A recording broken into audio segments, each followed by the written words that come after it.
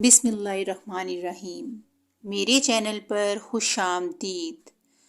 کہانی کا آغاز کرتے ہیں۔ بہت پرانے زمانے کی بات ہے کہ کسی ملک میں ایک بادشاہ تھا۔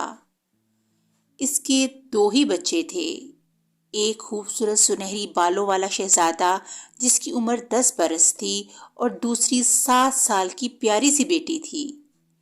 ملکہ اور بادشاہ دونوں اپنے جگر کے ٹکڑوں پر بہت مہربان تھے اور ہر طرح کا خیال رکھتے تھے، ہر بات ہر فرمائش پوری کرتے۔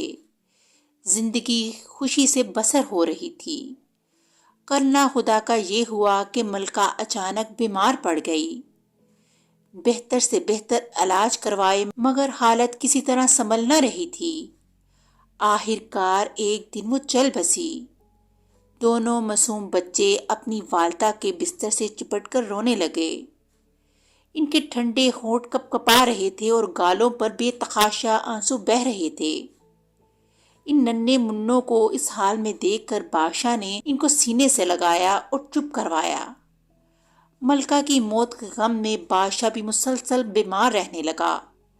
ایک روز اس نے اپنے وزیر اور تمام درباریوں کو اکٹھا کیا اور وصیت کی کہ اس کے مرنے کے بعد وزیر ان بچوں کا نگران ہوگا اور جب تک شہزادہ جوان نہ ہو وزیر ہی حکومت کا انتظام چلائے گا۔ یہ وصیت لکھوانے کے کچھ دیر بعد ہی بادشاہ فوت ہو گیا۔ وزیر نے بادشاہ کی وفات کے بعد سلطنت کا کاروبار سنبھالا اور شہزادے اور شہزادی کی بھی خوب اچھی طرح پرورش کرنے لگا۔ 2-3 سال تو اسی طرح گزر گئے۔ شہزادہ سیر و شکار، تیر اندازی، گھڑ سواری اور بادشاہوں کے طور طریقوں سے اچھی طرح واقف ہوتا گیا۔ مگر ادھر وزیر کی نیت میں فتور آ چکا تھا اور وہ نہیں چاہتا تھا کہ بادشاہیت شہزادے کو سونپ دی جائے۔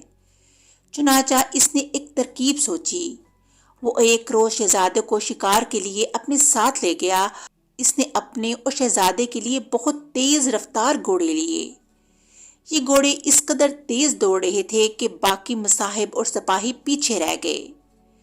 چلتے چلتے یہ ایک گھنے جنگل میں پہنچ گئے جس میں ایک جھیل بھی تھی۔ جھیل کے قریب پہنچ کر وزیر نے شہزادے کے گھوڑے کو چابک رسید کیا۔ گھوڑا تیز سے جھیل میں جا گرا اور شہزادہ گھوڑے سے گر کر پانی میں ڈبکیاں کھانے لگا اور پھر نظروں سے غائب ہو گیا۔ وزیر سمجھا کہ چلو شہزادے کا کام تو تمام ہوا اور وہ واپس آ گیا اور اپنے ساتھیوں سے افسوس کرتے ہوئے شہزادے کے ڈوبنے کا واقعہ سنایا۔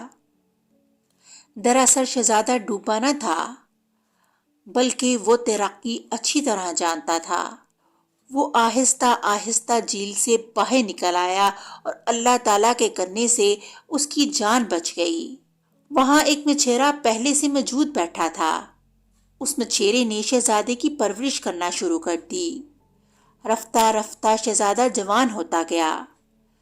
جب شہزادہ بھرپور جوان ہو گیا تو اس نے نیک دل مچھیرے سے کہا کہ مجھے اپنے ملک واپس جانا ہے تاکہ میں اپنی بہن سے مل سکوں اور لالچی وزیر سے اپنی سلطنت واپس لے سکوں۔ مچھیرے نے ایک گھوڑے کا بندوبست کیا اور اسے گھنے جنگل سے باہر چھوڑ آیا۔ شہزادہ بھٹکتا بھٹکتا کئی روز کی مسافت کے بعد ایک ایسے ملک میں پہنچا جہاں اس روز کسی شہزادے کی تاج پوشی کی رسم ہو رہی تھی۔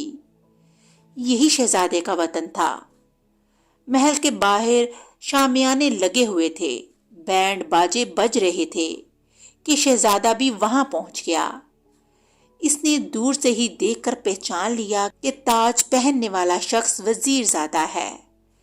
شہزادہ زور سے چلایا، ٹھہرو، میں آ گیا ہوں۔ سارے مجمع نے مڑ کر دیکھا تو پھٹے پرانے کپڑوں میں سنہری بالوں والا ایک خوبصورت نوجوان گھوڑے سے اترتا ہوا نظر آیا۔ وزیر بھی شہزادے کو دیکھ کر حیران رہ گیا۔ شہزادے نے لوگوں کو اپنے ڈوبنے اور پھر زندہ بچ جانے کا سارا ماجرا سنایا تو سب درباری، مصاحب اور سپاہی جھک کر ادا بجا لائے۔ اس نے سپاہیوں کو اشارہ کیا جنہوں نے فوراً وزیر کو گرفتار کر لیا، مگر شہزادی کی بہن نے، جو اس کی غیر موجودگی میں وزیر زادے سے بیاہی جا چکی تھی، وزیر کی سفارش کر کے اسے قید سے رہائی دلائی۔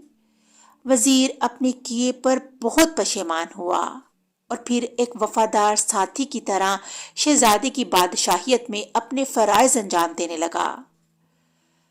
شہزادے نے اس مچھیرے کو بھی اپنے وطن بلا لیا اور اس کو بھی ایک عہدے پر فائز کر دیا۔ اس طرح کہانی کا اختتام ہو گیا۔ اگلی کہانی کے ساتھ پھر ملیں گے، تب تک کے لیے اللہ حافظ۔